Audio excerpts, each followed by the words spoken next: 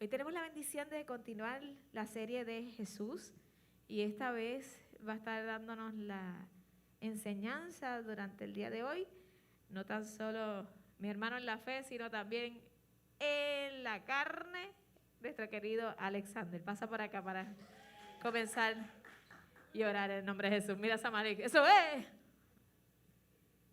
Bueno, pues vamos a hacer una oración para comenzar el estudio bíblico. Espero. Padre Santo, Dios Todopoderoso, Señor, en esta mañana ponemos este estudio en tus manos, Señor.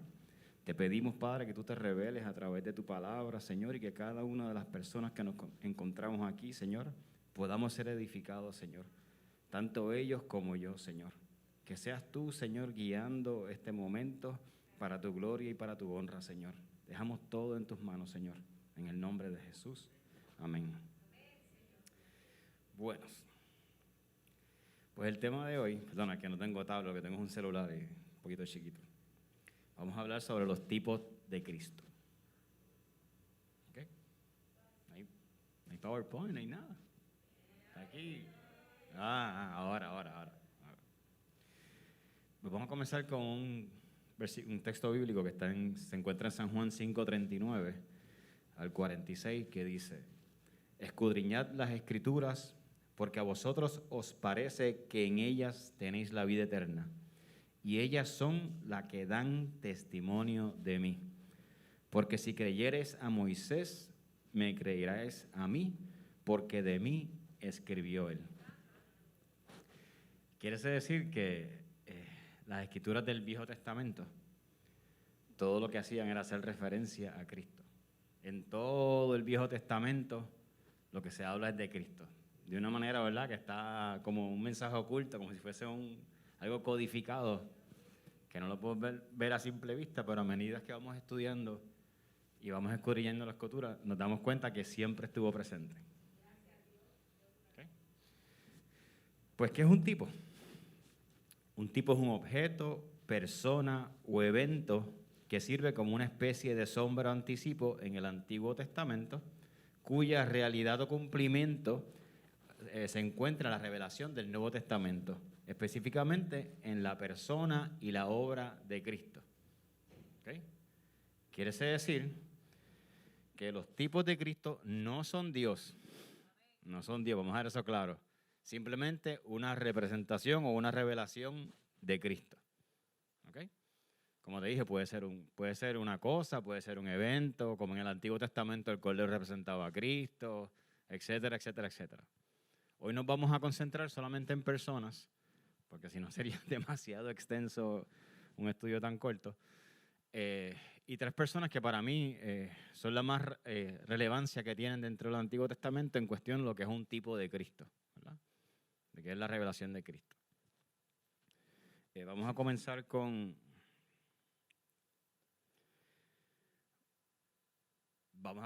José. Como le había dicho, acuérdense que dije que un tipo de Cristo es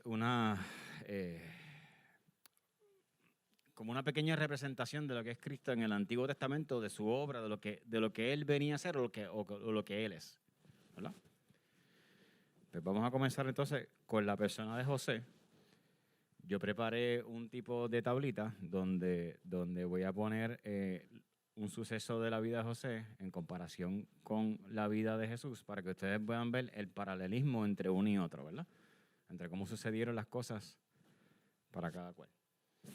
Okay. Primero, José era el hijo amado de su padre. Está en Génesis 37:3.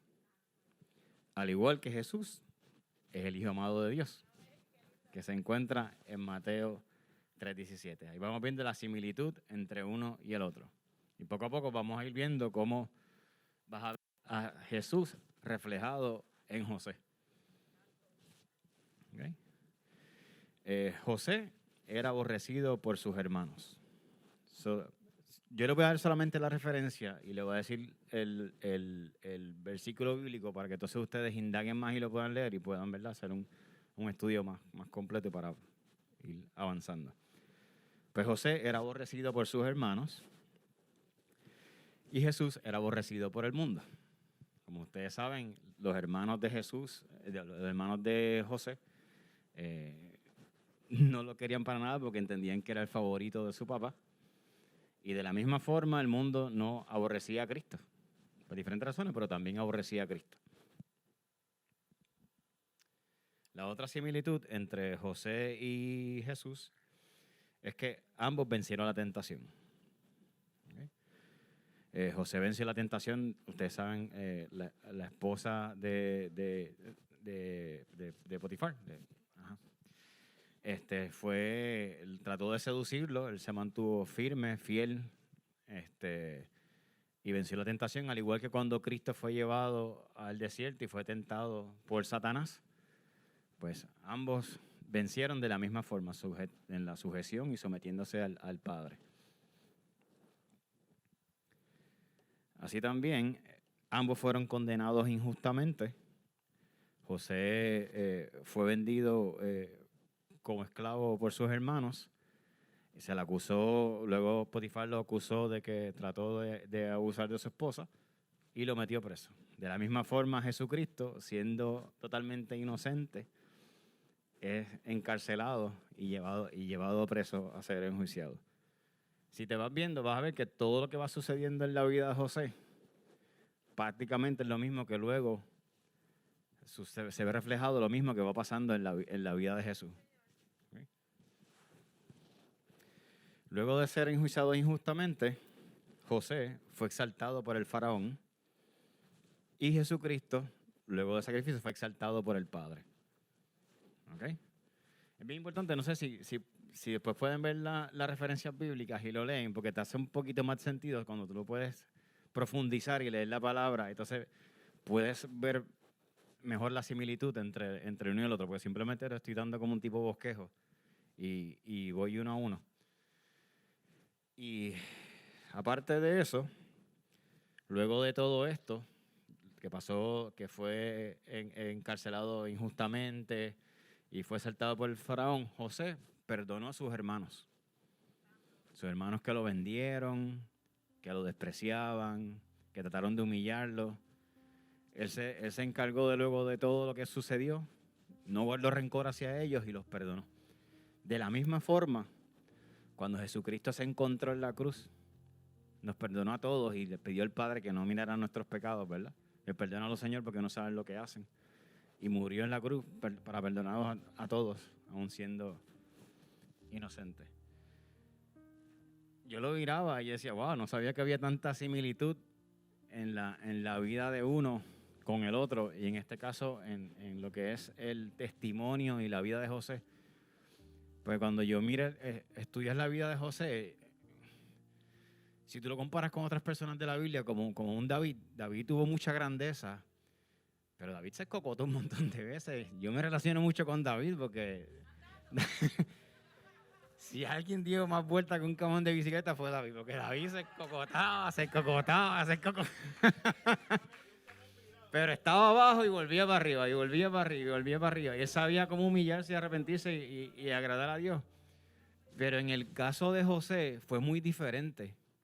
Yo no encontré una falla en José en la Biblia.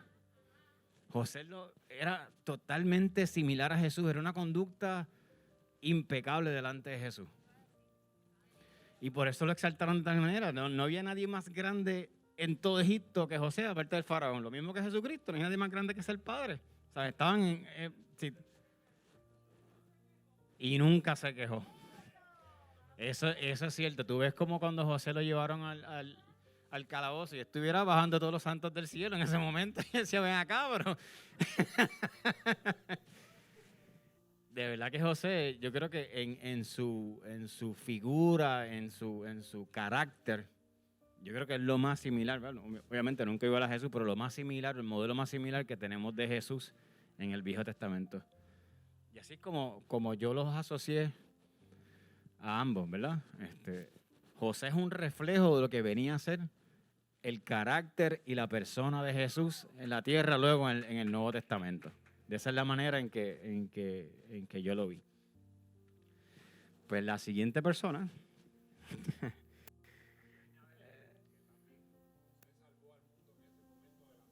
Exacto. De la misma forma, José salvó al pueblo de Israel de la hambruna. Y los sacó de la hambruna y los libertó, lo mismo que vino a hacer Jesucristo por nosotros en la cruz. Pero Jesucristo se fue más allá. Jesucristo nos perdonó los pecados, nos sanó, nos restauró, nos dio vida eterna, ¿sabes? Por eso le digo que cuando ustedes ven lo que es un tipo de Cristo, es simplemente un reflejo, una sombra de lo que Cristo va a hacer. Cristo sobrepasa, pero por mucho, todas las expectativas y todo lo que tú estabas viendo en el Viejo Testamento. Tienen que ponerse en el contexto de si tú estuvieses viviendo en el Viejo Testamento, tú no tienes una revelación de nada. Tú no conoces a Cristo, tú no conoces el Espíritu Santo, tú no sabes nada, nada. Y todos estos sucesos que pasaron en el Viejo Testamento es para que ellos fueran viendo el carácter y la persona de Cristo, qué es lo que venía, qué es lo que se aproximaba. Eso es lo que es el tipo de Cristo en el Viejo Testamento. Como le dije, no es Dios, jamás.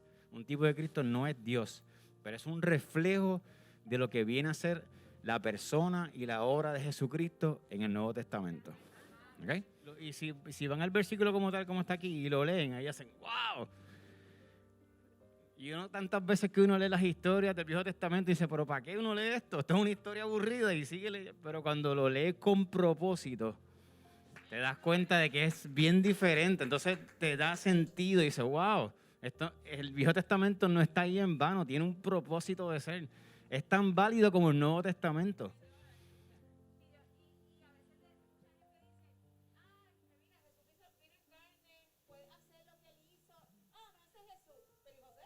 Exactamente, exactamente. No, para eso está. Para eso estamos. Amén, amén.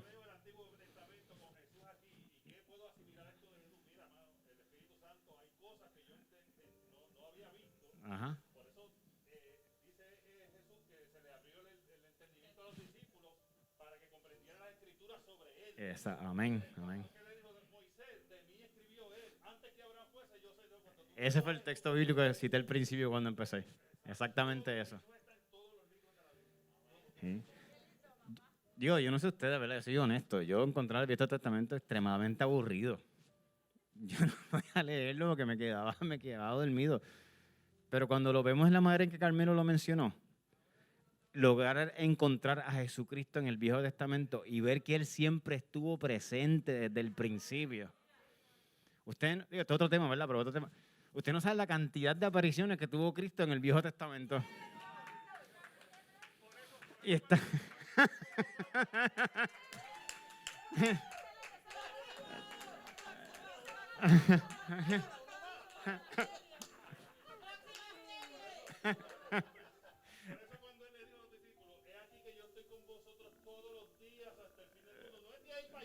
Exactamente, es de para atrás. Amén, amén. Dios no tiene ni principio ni fin. Él siempre ha sido. Él no se basa en el cronos como nosotros. Él siempre ha estado desde el principio. Desde el principio.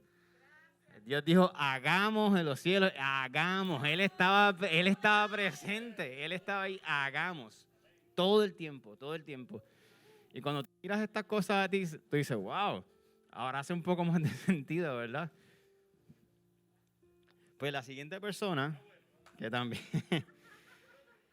también la puse como un tipo de Cristo, como un reflejo de lo que sería Cristo. José lo va a hacer más bien en el carácter de Jesucristo, ¿verdad? José es lo más similar al carácter de Jesucristo. Ahora voy a tocar a uno que se refleja la manifestación del poder de Jesucristo. Porque ahora vamos a hablar de Eliseo. Ahora vamos a ver en Eliseo sombra o anticipo de lo que Jesucristo vendría a ser en el Nuevo Testamento. Sombra o anticipo, porque sabe que siempre se luce y se ve un poquito más. Se va por encima de los gandules.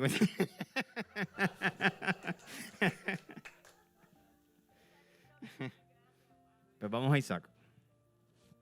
Eliseo, perdón. Te brinqué. Sí. Pues Eliseo, uno de los primeros milagros que vi de Eliseo, que se encuentra en 2 Reyes 4, 42 al 44, es que él multiplica la comida.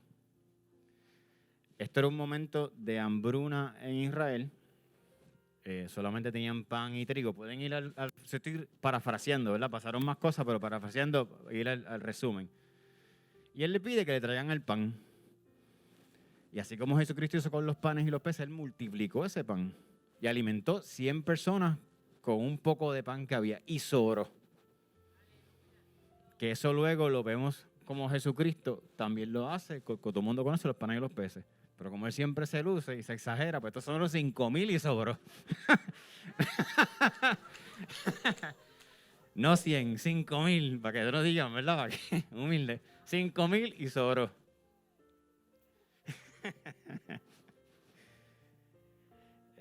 La siguiente similitud entre lo que es la manifestación del poder de Dios y Eliseo está cuando Eliseo sana al leproso. Creo que fue un general de Siria muy reconocido que tenía lepra. Y el rey de Siria le pide, por medio de una de las siervas del rey, le dice, mira, en Israel hay un hombre, un profeta que sana, envía a tu siervo allá para que sea sanado. Pues él llega hasta allá y el profeta le dice, tírate 7 veces en el Jordán y tu lepra va a ser sana. Y él dice, en esa porquería de río, eso todo sucio. Yo teniendo unos ríos más bonitos que eso, esto no puede ser, esto no es de Dios, este tipo no sabe lo que me está diciendo. Pero le insistieron y fue y lo hizo y efectivamente se sanó de la lepra. Jesucristo, cuando va el leproso hacia él, el leproso le pregunta, si quieres, puedes sanarme. Él simplemente le dijo, quiero, e inmediatamente se sanó. No se te tuvo que tirar al agua, no. La palabra. Y después 10 más. Pero hay gente que dice, quiero, that's it, ya, quiero. Pa. Instantáneamente el leproso fue sano. Ah, sí, se supone que ahí sea. Es Lucas 15, del 12 al 13. Es la referencia bíblica del lado de acá. Entonces, algo que sí me impresionó, obviamente Jesús siempre se va por encima, ¿verdad? Es que ambos violaron las leyes naturales.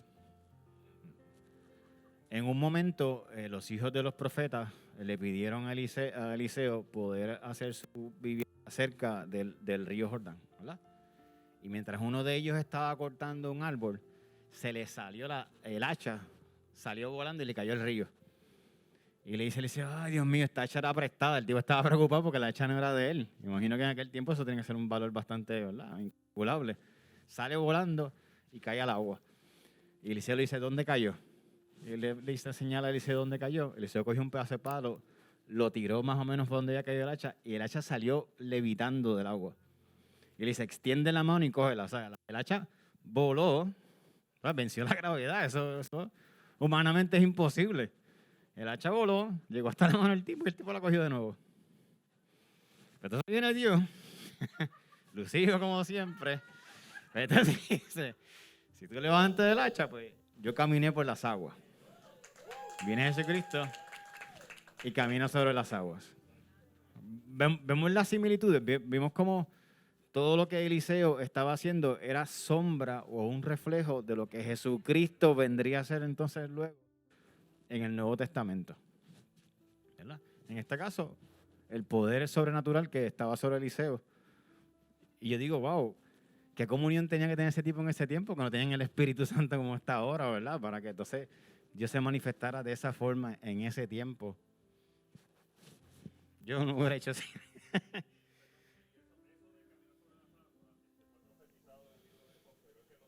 Ajá.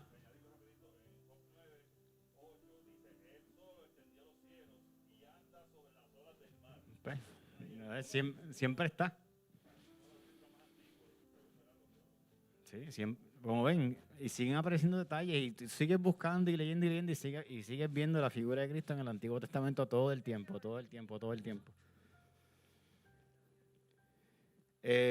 Luego de eso, Eliseo resucita un niño.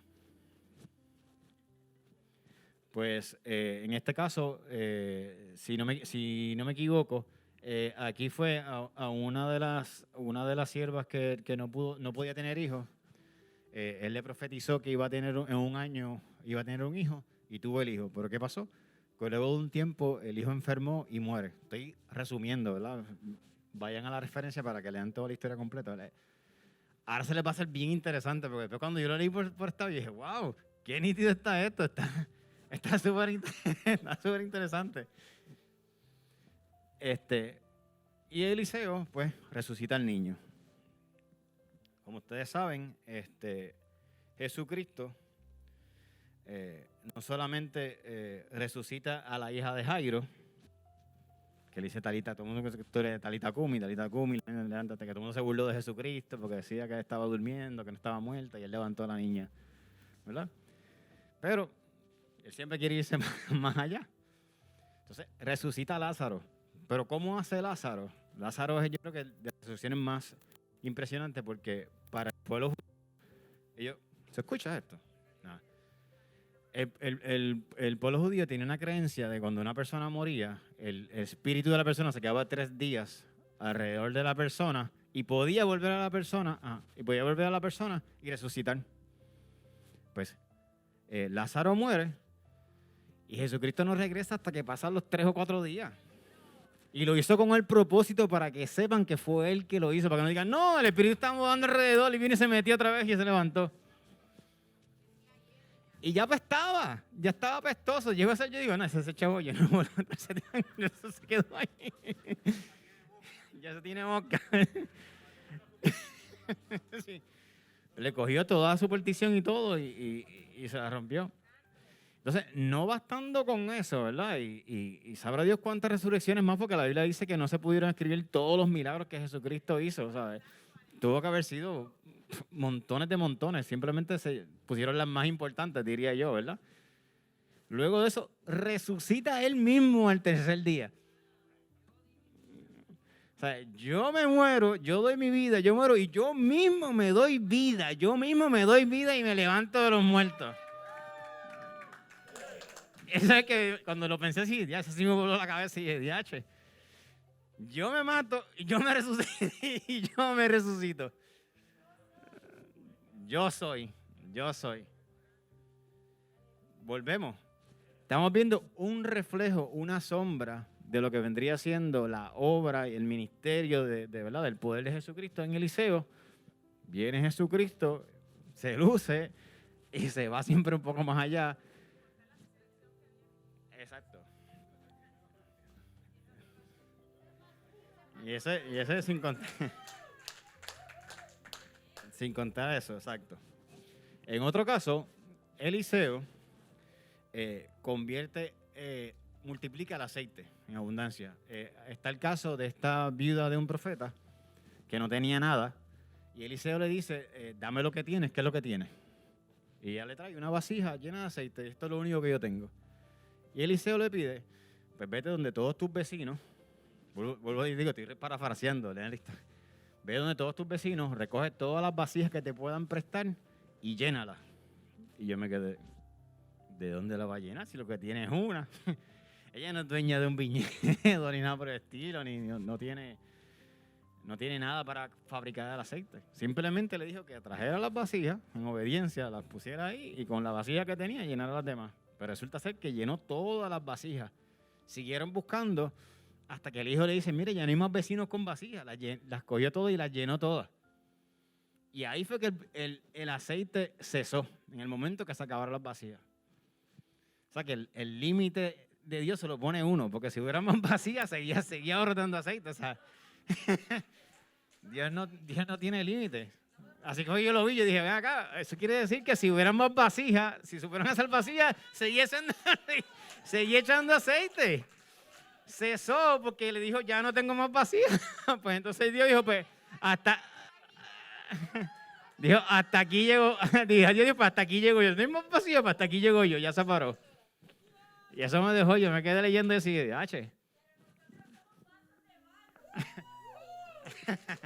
amén, amén. Amén. Pues, similar a eso, pues vino Jesucristo, y como ustedes saben ya, esto es una historia bastante conocida por todo el mundo. Fue a las bodas, y cuando se acabó el vino, convirtió el agua en vino. Todo el agua que había la convirtió en vino. Vino para todo el mundo. Que hasta que probaba el vino, el copero dijo, ven acá, pero tú dejaste el mejor vino para el final. Entonces eres loco, tuviste lo más malo primero, entonces lo bueno lo dejaste. lo bueno lo dejas para el final. Me reciban los canduros otra vez. Viene, para que no digan que lo compré, vamos a darle uno mejor. Pues ya vimos a José, que era un reflejo de lo que era el carácter y la personalidad de Jesucristo. Vimos a Eliseo, que es un reflejo de lo que es la manifestación y el poder de Dios, ¿verdad? Y más o menos vamos viendo cómo todo el tiempo Jesucristo estuvo presentado en el Viejo Testamento. La última persona que le quiero presentar sería Isaac. Isaac es el otro tipo de Cristo. Y aquí yo lo vi más en la sujeción. Un reflejo, Isaac como un reflejo de la sujeción del hijo hacia el padre. Como todos sabemos, Isaac era el hijo único de Abraham, de Sara en este caso, ¿verdad? Pero era hijo único. Al igual que Jesucristo, el único hijo de Dios. Dios no tiene más hijos, el único que llama como hijo es Jesucristo. Como siempre le puse la referencia, ¿verdad? Para que puedan buscarlo en el video y en el nuevo. Pues estamos parafraseando y haciéndolo bastante corto para que entonces puedan ver la similitud. El segundo es que en el caso de Isaac, Dios pide su sacrificio y Jesús es dado en sacrificio. Dios pide el sacrificio de Isaac y Jesús es dado en sacrificio. O sea, si tú miras, piensa que tú llevas, este sacrificio va más allá de llevarlo a aunque está brutal llevar a un hijo tuyo a matar, pero va más allá de eso. Esto es una promesa de años que tú no debías cumplir. Y yo me imagino que esa mujer y ese hombre tuvieron que estar orando, raspando rodillas para que eso se diera, para que después te digan que lo tienes que sacrificar. El tipo se arrancó con la sujeción porque yo hubiera dicho que no. Qué cosa más difícil. Tú toda una vida pidiendo una promesa y que Dios te pida lo más que tú amas. Yo creo que no hay ejemplo de mayor sujeción que esa. De la misma forma, Jesucristo, que me imagino que vino en carne igual que nosotros, sentí igual que nosotros, pensaba igual que nosotros. De la misma forma, quizás él no quería ser sacrificado en su carne, en su humanidad, ¿no? Luego de eso, cuando van al sacrificio, el padre Abraham, en este caso, está presente en el sacrificio de Isaac, de la misma forma que el padre estuvo presente en el sacrificio del hijo. Aquí solamente hay una sola referencia, pero hay muchísimas, porque todos saben que siempre Jesucristo que él decía que el Padre y él eran uno. O sea, que donde estuviese Jesucristo siempre estaba el Padre. El Padre nunca estuvo ausente. No solamente estuvo presente, sino que estuvo ahí. Imagino que sintiendo exactamente las mismas cosas que el Hijo sentía mientras era sacrificado. Aparte de eso, ya lo habíamos mencionado, pero ahora es la sujeción al Padre. Isaac como hijo tampoco no le dijo a Abraham, no, yo no voy para allá. Ya Isaac era bastante grandecito y tenía que saber a lo que iban. Que mismo Isaac le pregunta, ven acá, pero vamos a un sacrificio, pero tú no estás llevando ningún animal para sacrificio. ¿Quién es el sacrificio? Ese era el momento para Isaac coger y arrancar y irse, ¿verdad? Y huir. Yo hubiera arrancado y me voy. Pero Isaac confió a pesar de eso, confió y se sujetó al Padre y se sometió y lo acompañó hasta el lugar de sacrificio. En la Biblia no relata nada de que cuando lo acostó en el área de sacrificio él se había puesto a pelear, ¿verdad? O que él simplemente se sometió por completo a la voluntad del Padre. De la misma forma que Jesucristo, aun cuando estuvo orando en el monte Sinaí, que le dice al Padre, como Isabel, Señor, si es posible, pasa de mí esta copa. O sea, Cristo en su humanidad, en su carne, él no quería, él tenía miedo, él estaba asustado, igual que cualquiera de nosotros. Y le dice, mas si esta es tu voluntad, primero que se haga tu voluntad por encima de lo que yo pueda sentir. Esa es sujeción completa a Dios. Y estamos viendo cómo, ¿verdad? Volvemos a lo mismo. Cómo es un reflejo en Isaac de lo que vendría a ser entonces luego Jesucristo. Obviamente a una mayor escala, porque Isaac no lo llegaron a sacrificar. Él sí lo sacrificaron y pagó el precio por nosotros. Isaac apareció un carnero como sustituto para su sacrificio. No tuvo que ser sacrificado porque Dios vio la obediencia de Abraham y se agradó de eso y le proveyó un sustituto. Jesucristo, para irse siempre por encima, más allá, él no buscó otro sustituto, él sometió él mismo como sustituto por nosotros, por nuestros pecados, a morir en la cruz. ¿Okay? Pues, como ya vimos, les presenté 3 ejemplos. Hay muchísimos más en la Biblia, pero sería demasiado extenso si nos vamos por eventos, por artículos, sería demasiado extenso para un estudio bíblico tan corto. Pero algo que me llama más la atención de todo esto, como les dije, el Antiguo Testamento era un reflejo de lo que Cristo vendría a ser en el Nuevo Testamento. Pero de esa misma forma, este tiempo de la gracia, ¿verdad? Este tiempo de la gracia, Jesucristo era un reflejo de lo que nosotros podríamos hacer en este tiempo. Porque mismo Cristo dijo que aún cosas mayores nosotros podríamos hacer. O sea, que si Cristo se fue por encima de las mangas, por encima de esta gente, se supone que el poder y la autoridad que está en ti puede hacer milagros aún mayores de lo que Cristo hizo. Así que Dios nos pide que seamos tipo de Cristo en estos tiempos. Todos nosotros seríamos un tipo de Cristo. En Juan 14:2 dice, de cierto os digo, el que en mí cree, las obras que yo hago, él las hará también. Y aún mayores hará, porque yo voy al Padre. ¿Sabes? Lo dijo él mismo, no estamos inventando cualquier cosa. O sea, que si él caminó por las aguas, si él resucitó a los muertos, se supone que nosotros podemos hacer cosas más grandes que eso. ¿Qué es lo que nos está limitando? ¿Qué es lo que está limitando la iglesia a qué?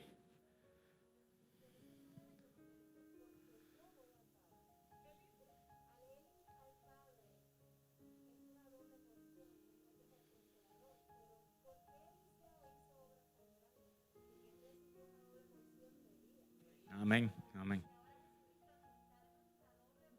Amén. Amén. Amén, amén. Pues más ejemplos de eso, de que Cristo quiere que seamos tipos de Cristo, valga la redundancia, ¿verdad? Le voy a leer varios versículos como referencia, después ustedes lo estudian con calma en su casa. Primera de Corintios 11:1. Sed imitadores de mí, así como yo de Cristo. Primera de Pedro 2:21. Porque para este propósito habéis sido llamados, pero también Cristo sufrió por vosotros, dejándonos ejemplo para que sigáis sus pisadas. Primera de Pedro 1:16. Porque escrito está, sed santos, porque yo soy santo. Mateo 16:24. Entonces Jesús dijo a sus discípulos, si alguno quiere venir en pos de mí, niéguese a sí mismo, tome su cruz y sígame. Así que vemos que te llaman a ser un tipo de Jesucristo, pero te está dando la advertencia que para ser un tipo de Jesucristo requiere sacrificio, requiere entrega. No es fácil, no es fácil. Yo creo que el problema más grande que tenemos es que nos venden un evangelio de magia, como microondas, como si las promesas de Dios fueran así a las millas. Tú recibías algo así, flash, como si Dios fuese tu amuleto. Eso es totalmente opuesto a lo que dice la palabra. La palabra dice que el mundo vas a tener aflicción, pero que confíes porque Él ha vencido el mundo. Él lo que quiere es que tú te conviertas en un tipo de Cristo, que tú sigas y emules el comportamiento, el carácter de Cristo, te sometas en oración como lo hacía Él, para que entonces ese poder que se manifestaba en Eliseo también se manifieste en ti y hagas cosas aún mayores de estas cosas que viste en el Viejo Testamento y en el Nuevo. Ahora, el Viejo y el Nuevo es un reflejo de lo que se supone que la iglesia sea hoy. Es un reflejo, es un reflejo. Así que los dejo con estas palabras de Pablo, que para mí en el Nuevo Testamento ese tipo siempre... La sabiduría de Pablo sí que estaba a otro nivel. Pues Pablo nos deja una referencia de cómo podríamos lograr esto. En Efesios 4, 17 al 24 dice: esto pues digo yo y requiero en el Señor, que ya no andéis como los gentiles, que andan en vanidad de su mente, teniendo el entendimiento entenebrecido, ajenos de la vida de Dios por la ignorancia que en ellos hay, por la dureza de su corazón, los cuales después que perdieron toda sensibilidad se entregaron a la lascivia para cometer, así ves, toda clase de impureza. Mas nosotros no habéis aprendido así de Cristo.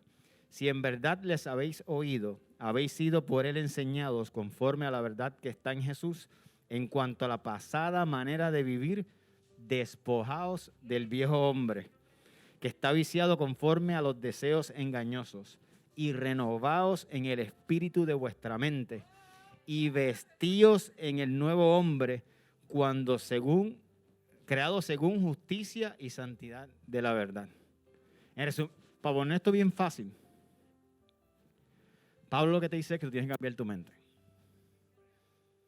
Tienes que pensar diferente. Y esto que voy a decir ahora no es teológico, esto es como yo visualizo las cosas. Tu mente controla todo tu cuerpo. Una persona que dice, estoy enferma, empieza a sentir dolor, empieza a sentirse mal, empieza a sentirse agobiado. Yo mismo, yo soy uno que mi esposa me regaña cada rato, tú eres bien negativo, dice.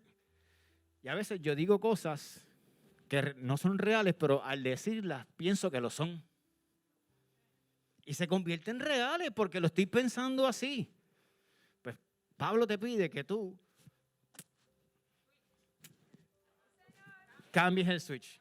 Que cuando te venga un pensamiento con eso, tú lo contrarrestes con la palabra. ¿Qué dice la Biblia sobre eso? Pero para eso, tienes el ejemplo.